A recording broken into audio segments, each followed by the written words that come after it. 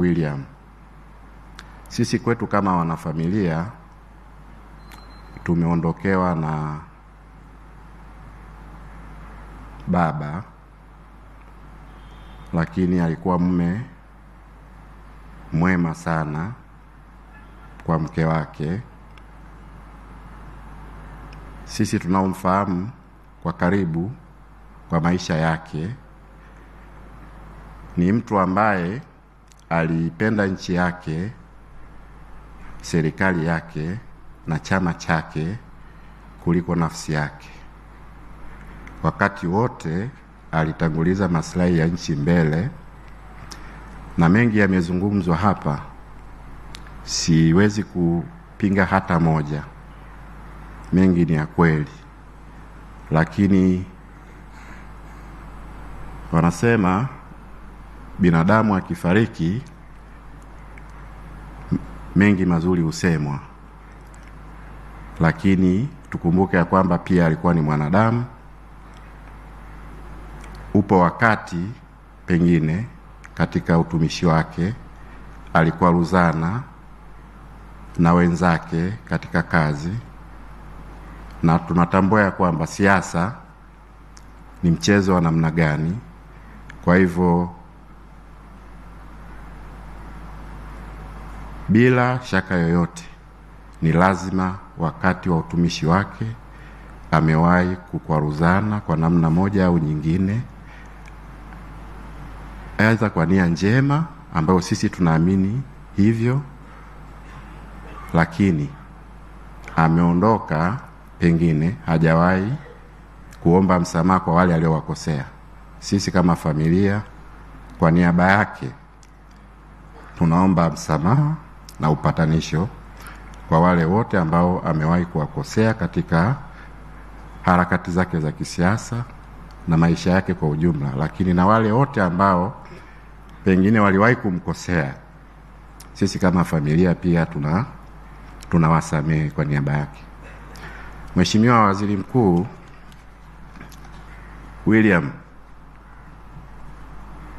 kama Mtanzania mwingine kama ulivyo wewe na ambavyo wengi wanakufahamu na namna mwenyewe unavyojipambanua, historia yako na ya William na ya Watanzania walio wengi haina tofauti. Wengi wanamfahamu kwa kazi alizozifanya, lakini sisi kwetu ni mtu ambaye alitokea kutoka kusikojulikana akafika hapo alipofika. Nataka kusema nini? Yeyote katika nchi hii anaweza kuwa yoyote akiamua kuwa yeyote. Hakuzaliwa katika familia ya kitajiri, hakusoma au kubahatika kusoma katika shule ambazo pengine wengine walifanikiwa kusoma, lakini yeye kama yeye kwa jitihada zake, juhudi zake na mapambano yake aliamini ya kwamba akifanya kwa nafasi yake, kwa kadri Mungu alivyomwezesha, anaweza kufika popote anapoweza kufika kwa mapenzi ya Mwenyezi Mungu. Ndiyo maana tunasema kwenye siasa kuna lugha wakati mwingine wanasema wengine wana mibuyu. Mheshimiwa William hakuwa na mbuyu kwenye siasa, kwa maana mtu wa anasema Godfather. Wakati wote alikuwa anasema Godfather ni wewe mwenyewe na kazi zako. Nakwambia mdogo wangu, ukitaka uheshimike, fanya kazi, usiwe mwizi. Mimi kama mdogo wake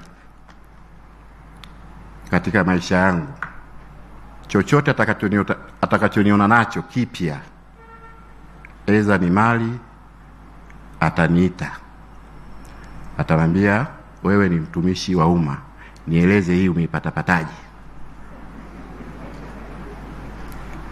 Sasa inabidi sasa nianze kutoa siri ya viposhoposho vyangu, pengine vikazi nilivyofanya, lakini mwisho anakwambia usile hela ya serikali kama hujaifanyia kazi.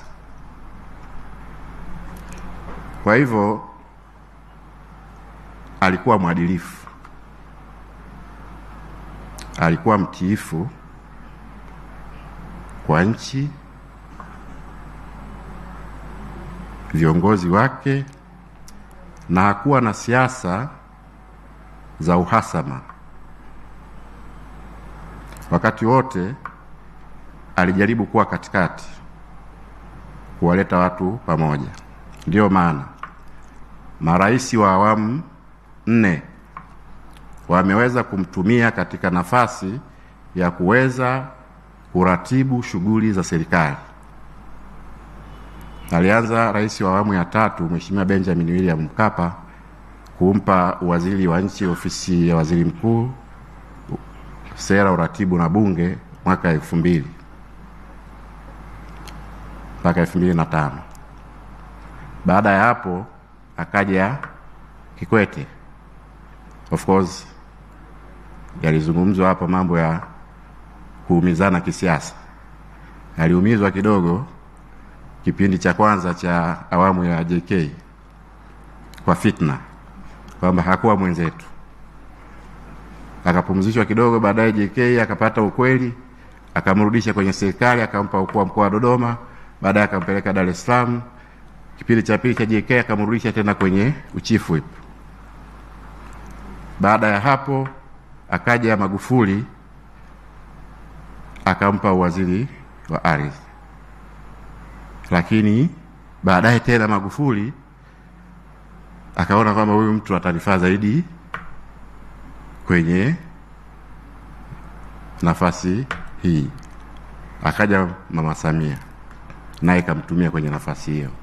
Ni mtu pekee ambaye amewatumikia marais 4 katika nafasi ya kuratibu shughuli za serikali. Kwa hiyo ni mtu ambaye ana maarifa makubwa, uzoefu mkubwa katika uendeshaji wa shughuli za serikali.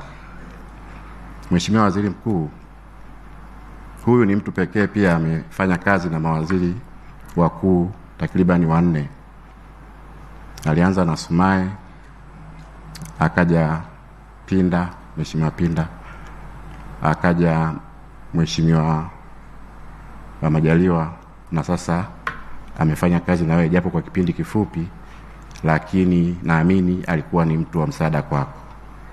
Kwa Mheshimiwa Waziri Mkuu, sisi tunaomboleza kwa kuondokewa na mpendwa wetu, lakini tunawapa pole kwa kuondokewa na mwenzenu, rafiki na chombo ambacho mlipenda kukiwatumikie katika serikali. Mwisho, Mheshimiwa Waziri Mkuu, naomba uniruhusu nidokeze tu kidogo. Yamezungumzwa, of course narudia kidogo, lakini nataka nitoe vidokezo kidogo kwa namna ambavyo sisi tulimfahamu ndugu yetu. Mheshimiwa William Vangimembe Lukuvi alikuwa kiongozi hodari, jasiri, mnyenyekevu, mwaminifu, imara, mzalendo, mwadilifu, asiyependa rushwa wala uonevu wa aina yoyote, mpenda utu na amani, mtii kwa viongozi wake, mwenye msimamo usioyumbishwa, msikivu, mpenda watu, mwalimu, mchapakazi. Yeye alikuwa muumini wa ujamaa.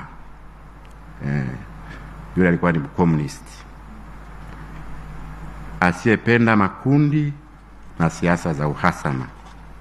Sifa hizo na nyingine zilimfanya kuwa kiongozi mwenye ushawishi mkubwa kwa viongozi waliompa dhamana na kwa wale ambao anawaongoza, kutokana na hayo ambayo nimeyaeleza. Na ndio maana kama nilivyosema, ameweza kutumika katika awamu zote hizo bila kuwa na godfather. Mheshimiwa Waziri Mkuu, Lukuvi aliheshimu kazi. Wewe unafahamu zaidi, yawezekana wengine hawafahamu.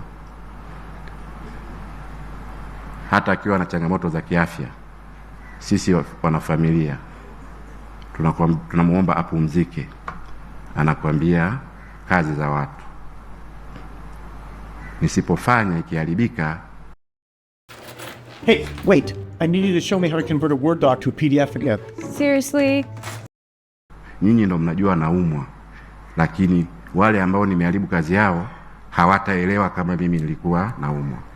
Kwa hivyo amefanya kazi hata kipindi akiwa anaumwa, ana maumivu makali, lakini anataka kazi ya watu isimharibikie mikononi mwake.